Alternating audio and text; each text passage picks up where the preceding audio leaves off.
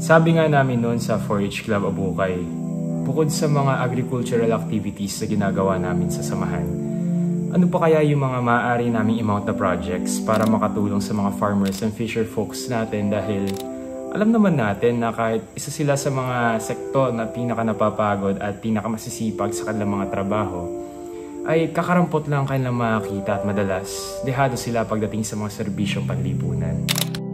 Dati nahihirapan akong magpagamot dahil pumupunta pa ako sa Balanga para magpagamot.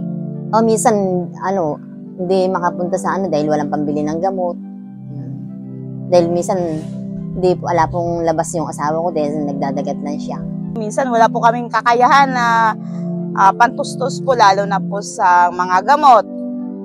Sa papacheck up, pasinid po. Sa ngayon po, kasinid po kasi talaga pera. Bilang president ng 4-H Club Abukay, kinater namin yung mga farmers and fisher folks dahil kundi dahil sa kanila is walang pagkain sa ating mga hapag.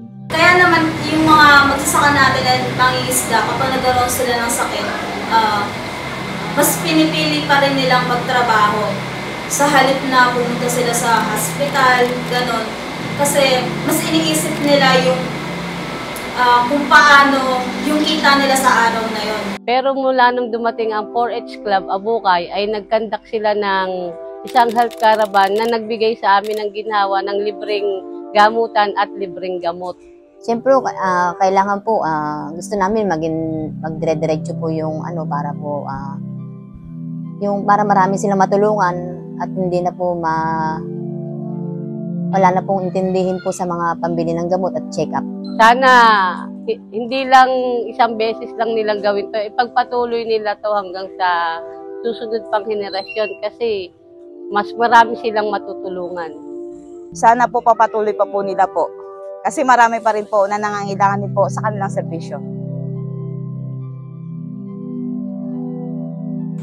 Personally, kung tutuusin, maliit na bagay lamang itong proyektong na to para sa mga tinatawag nating gulugod ng ating ekonomiya.